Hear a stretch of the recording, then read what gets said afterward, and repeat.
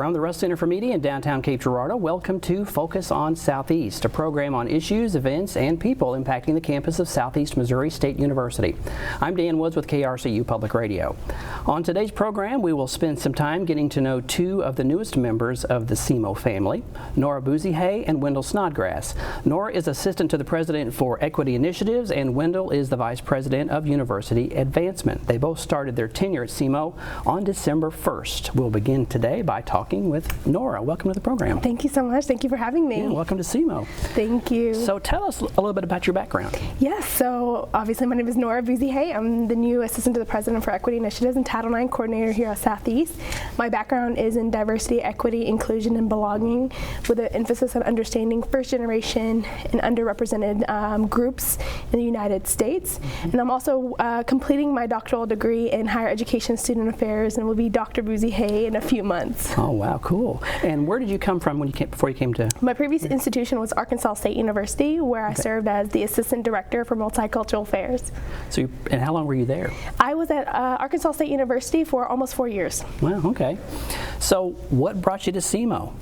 This great job opportunity brought me to SEMO. I actually had my sister graduated from Southeast, and so that was my relationship to knowing the community. And so this was a great opportunity and a stepping stone to make some differences and be an initiator of change for the community. And I thought, what better way to come to Southeast and start with the Southeast community. So tell us about your office and some of the things that you're responsible for.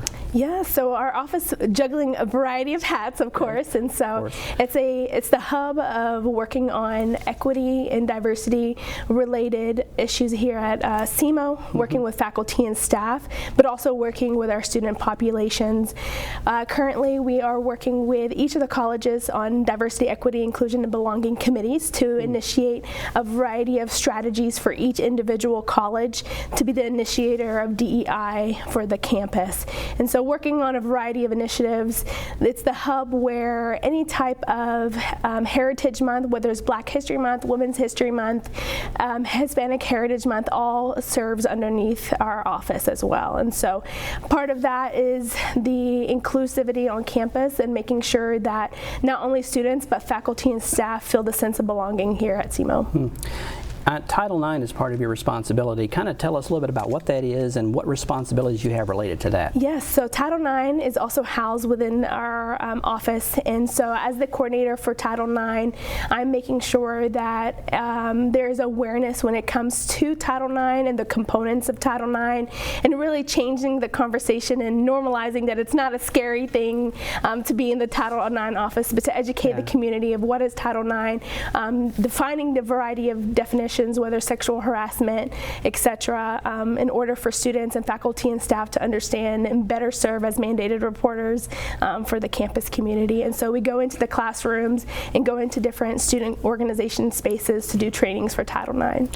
Did you do this Title IX work at your previous institution? So this is a new venture for me in terms of Title IX, which is great because in any position you want to continue to grow and gain a variety of experiences. But I have had the shadowing experience and also the training for Title IX before I got here. Is there a lot of components to it? Is it a pretty Yes, Title IX has a lot of components and it's very heavy, and so it's been great to see what has been done and what continues to be done to be able to provide for our students. Yeah. Okay, so what challenges do you see in your role? You know, I don't see challenges. Okay. I see areas of opportunity. I think challenges has more of a negative component that is associated with it. And so I think there's a lot of opportunity for growth, and that's for any institution. I think that one of the great things about Southeast is the transparency across the board in terms of this is what we want to do, and we need to start the steps in order to initiate those types of changes.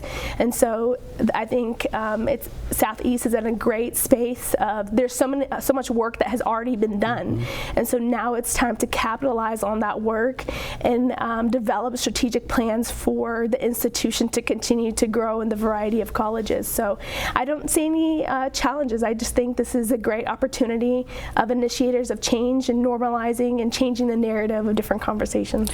Dr. Vargas several years ago initiated where a big report was done, which I'm sure you've probably read, so that's probably, when you say a lot of work's already been done, that's probably what you're talking about. Yes. How do you measure success? How do you measure success? That's a great question. So working with students, success is different than in academia where it's actually the books is how you measure success and content. Success is measured by knowledge gained, and it's a qualitative measure. It's not a quantitative measure.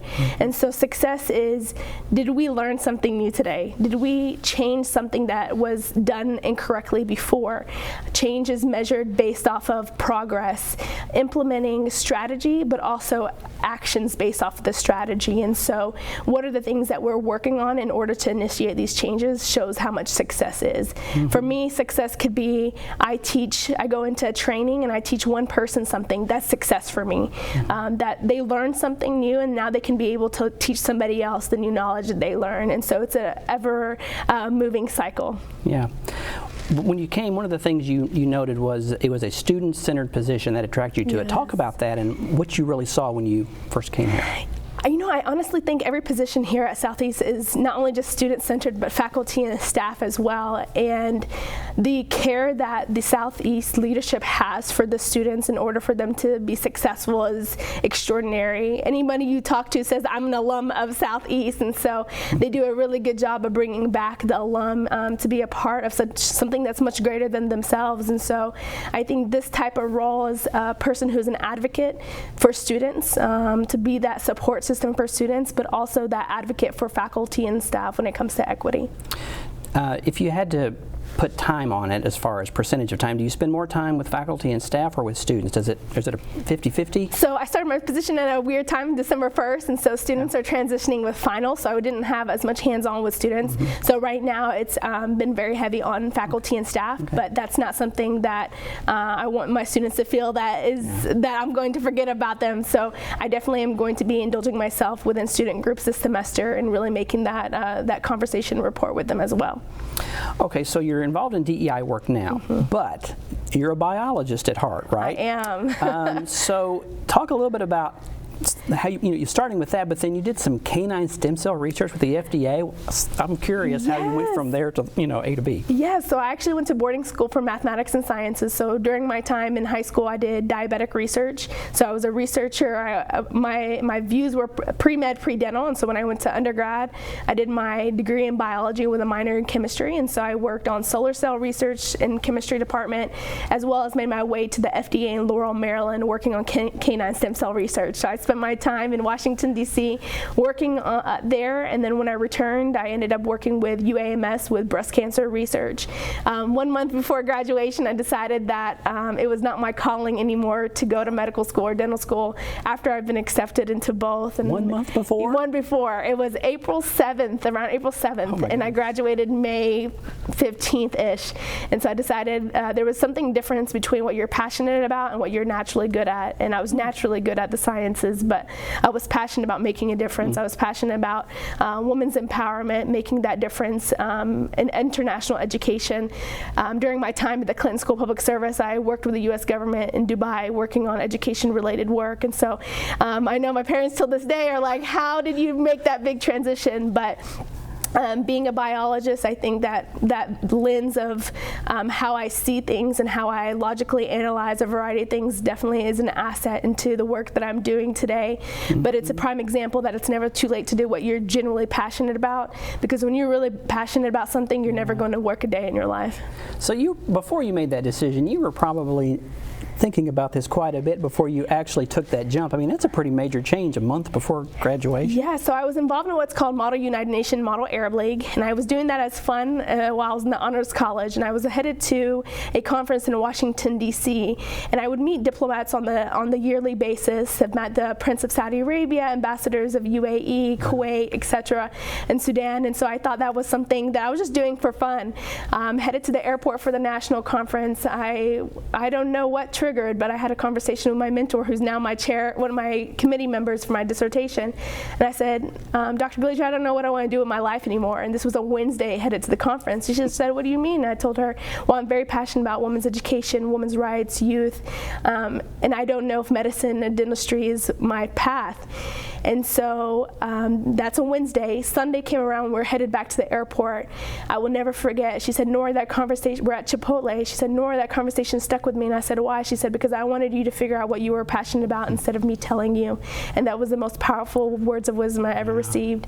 The next day, Monday, I get a call at 7 o'clock in the morning from her. She said, hey, Nora, there's been an extension to the deadline for the Clinton School of Public Service. Go back to sleep, wake back up, and then give them a call. And then day before graduation, I got accepted to the Clinton School of Public Service, and it's been amazing since then. So it's never too late. That's amazing.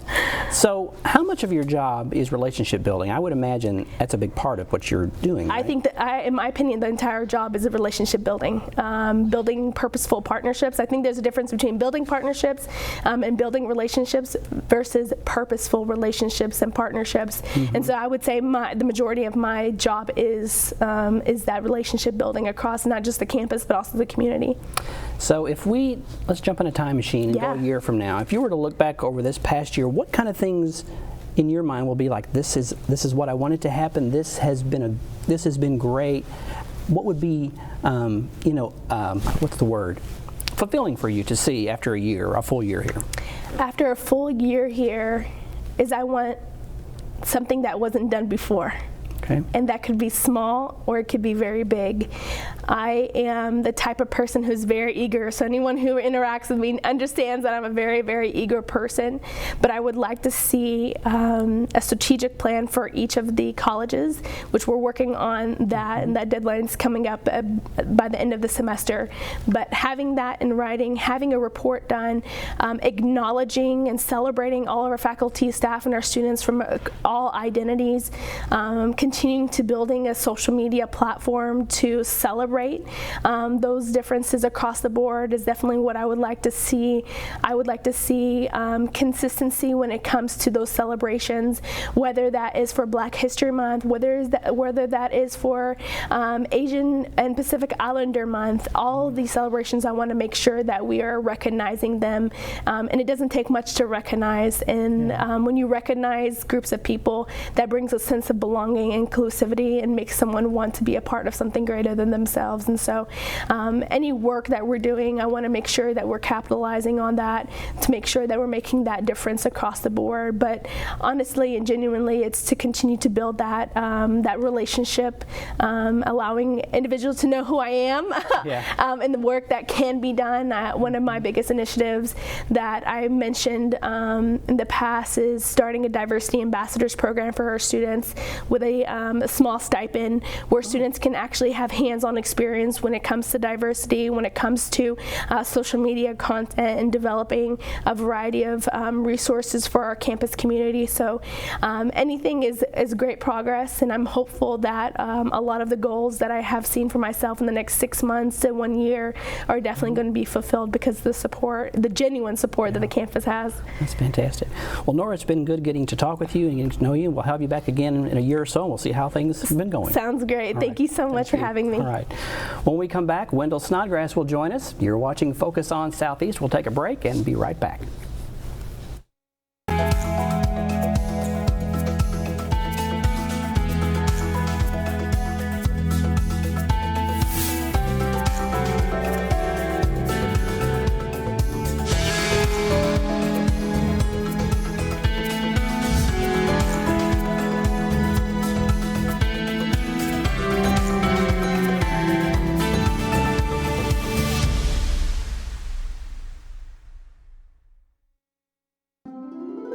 What is Southeast Missouri? Let's try this again. You are Southeast Missouri. You make Southeast Missouri what it is. And Southeast Missouri is who we are. It's in our name. It's in our past. And with you, it's our future. Welcome home. Every day, millions of people are connecting. Father, cosplayer, mentor, actor. It's time we take a step forward, come together, and discover how accepting our differences can make us stronger. Welcome back to Focus on Southeast. We're spending some time today getting to know some new members of the SEMO family. Wendell Snodgrass is the Vice President of University Advancement and Executive Director of the University Foundation. He's here now. Welcome. Thank you. Welcome to SEMO too. It's good to see you. Appreciate it. All right, so tell us a little bit about your background. A little bit about my back. So I grew up in a small rural community in Kansas named Wathena, Kansas. It was not far from St. Joe, Missouri. Okay. So I grew up close to the Missouri River. I grew up on a farm most of my life until I was in junior high. And I'm the youngest of 9 kids. And I have a wife and son. Jamie and Wyatt. My son is 8 years old, and my wife and I have been married for quite some time now, and I married way over my head. I did the same thing. So what brought you to SEMO? Several reasons. First and foremost, you have to start with the mission and the vision of Southeast Missouri State University. It has a long history. We're going to be celebrating 150 years this year of being in existence. So that's very exciting to be a part of. And then two, I mentioned that I was the youngest of 9. There's 8 of us still living. And so Cape Girardeau is actually located very strategically for me. I have a brother in Kansas who actually just visited with me last night. Cool. I have 3 sisters up by St. Joe, Missouri, a brother in Iowa, a sister in Michigan, and a brother in Indiana. And then my wife's 2 brothers are in Michigan. So this is located very strategically for me to be able to still be within driving distance to get to where we're going. Because you came to us from Texas, right? So that's a lot closer than... Well, in Texas, you know, a 5-hour drive is a short drive in Texas. So, so yes, I moved here from West Texas. I was at a wonderful institution, University of Texas Permian Basin, under great leadership with Dr. Woodley. Good things are happening there, but my wife's grandmother passed away a few years ago, and so we saw this as an opportunity to come back to the Midwest. That's great. So tell us about your office and what kind of things that you're in charge of. I know there's a lot, so kind of break it down for folks. Well, I think since you're interviewing me, I think I should probably start with KRCU, well, you can mention that. Yes. So KRCU is one of the areas that reports up to me. Ewa, as the general manager of the group, is very important to me. We have 3 different radio stations that we support. It's 88.7, 88.9, and 90.9. Hey, excellent. Yes. So I remember those things. That's but so that radio, the radio station reaches many in Southeast Missouri and in Illinois as well. So it does a great service in the area. We have development. Obviously, we raise money for the university to try to help advance the mission. Alumni relations is another area that reports up to me. We have about 80,000 alumni out in the world, and so we want to engage them and make sure that we are there for them wherever they're at in the world. And then we also have the foundation. So as the executive director of the foundation, we have a lot of resources that we are managing. We have over 900 endowments that we are managing at the foundation. So many things, most of which are scholarships, endowed scholarships. But we have other items for support at the institution that we're able to work through. So those are some of the bigger challenges. I hope I didn't miss anything. No, I think you got them all. One of the things that's interesting, you probably already picked up on this, is that the community is very, very supportive of this university, which helps with the fundraising and everything else, because folks really care about the institution. The fact that it's been 150 years, I think, speaks to that. What challenges, opportunities do you see? I know you're still getting the lay of the land, but what do you see? Well, again, Nora mentioned, not having challenges, but one of the biggest challenges that I have right now with my staff is having enough staff. Again, I mentioned 80,000 alumni around the world. we need people to be able to visit with them, engage with them, and to help advance the mission. So that would be the challenge, but the opportunity is the same thing that I was just talking about. The opportunity is to engage with alumni and engage with donors, and to be present in St. Louis and in the Boot Hill and in Dallas, Texas, and in Chicago. And again, we have major pockets of alumni around the U.S. and the world that we want to engage and make sure that they understand that their degree is as strong as it is when they graduated. 80,000 is a lot. There's a lot of potential, I think, for connections that maybe we haven't even made yet with that number of people. Do you see a lot of opportunity there? Absolutely, absolutely. And again, we first and foremost is we need to be able to tell our story to the alums, because they're the ones that can reach back and help other Red Hawks move forward. So we want our alumni we want to be able to share our alumni stories, because they are the outcome of our education. Right. So we want to make sure that we can tell the stories of all the great alumni that are doing wonderful things in the community, whether that's being a CEO of a company or being a mother or a father or a leader within their community. We can't get into all the aspects of fundraising, but it's about relationship building. You may just speak to how important that is. Not just, I mean, you got to really get to know somebody. That takes time, right? It does. And sometimes that doesn't have it quick enough for some of us, right? How do you navigate that?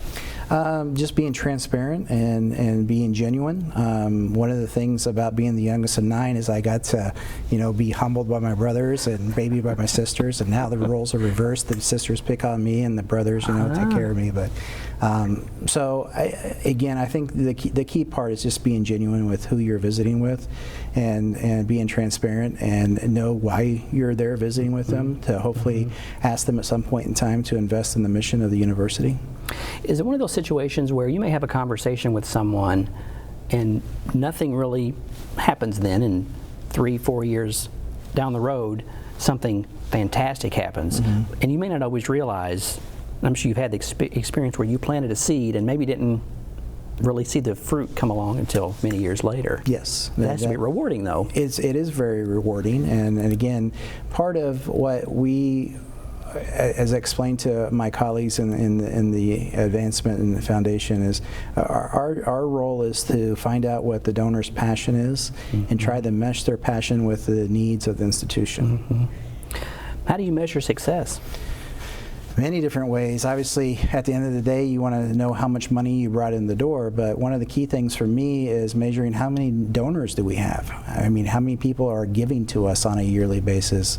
How many new donors do we have? How many repeat donors that do we have? We have a lot of repeat donors at the institution. In addition to that, are we able to help the admissions office recruit students? Are we able to help the provost office retain students, and student affairs? And again, that's part of success, is being able to document in some capacity that we're helping others out, because we're a service entity for the institution, and we're there to serve.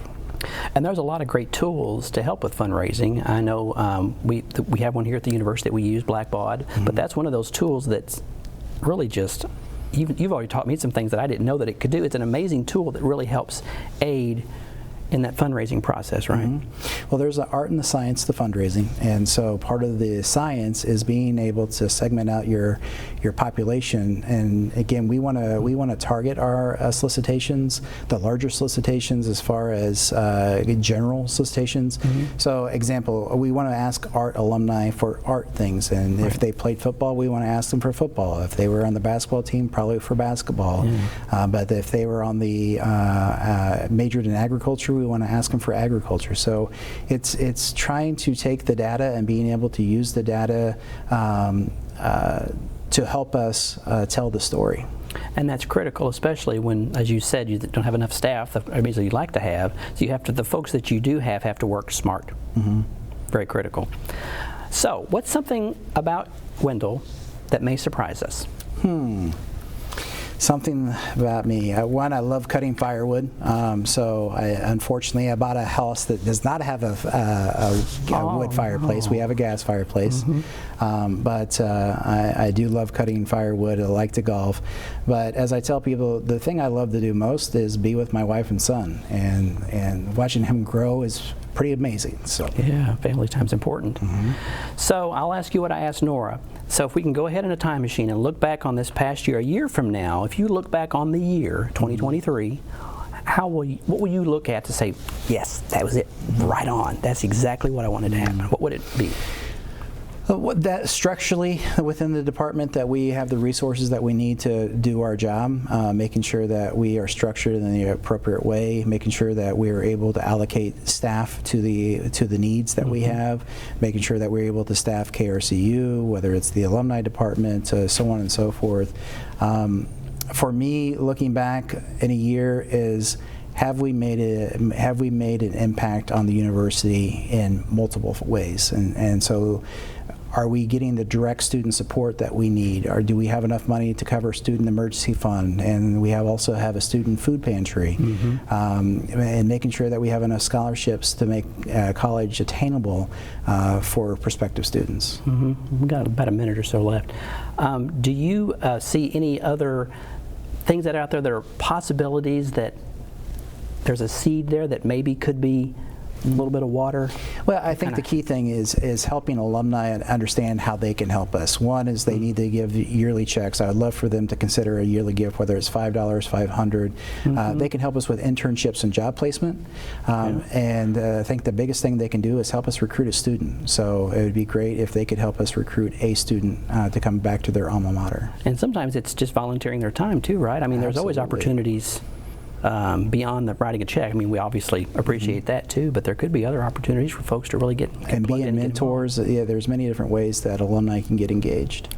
And the idea is to make this experience at this university for the students even more valuable. Absolutely. All right, we got about a minute or so, a little less than that. Any words of wisdom, any encouragement, I guess, to folks who are listening who maybe have been engaged a little bit with the university? How can they get plugged in more, and what can they do to help? Well, I think most importantly is to reach out to us. If they would like to get engaged with us, reach out to us and let us help you find the best avenue for you to support the institution, whether that's financially or through volunteerism or some other avenue. We could even give them a tour of the campus, I would say, if they want to do anything like that, right? Or the tour of KRCU or whatever that might be. We do give tours of KRCU. Well, Wendell, it's been good visiting with you, and again, we enjoy having you here at the university and look forward to keeping the conversation going and looking for great things. All right, thank you very much. All right, thank you. And Focus on Southeast is a collaboration of KRCU Public Radio and the Department of Mass Media here at Southeast Missouri State University. Just a reminder that portions of these conversations will be broadcast on KRCU Public Radio and will also be available online at krcu.org and on the station's YouTube channel. From the Russ Center for Media, I'm Dan Woods. Thanks for watching. Be sure to tune in next time when we focus on Southeast.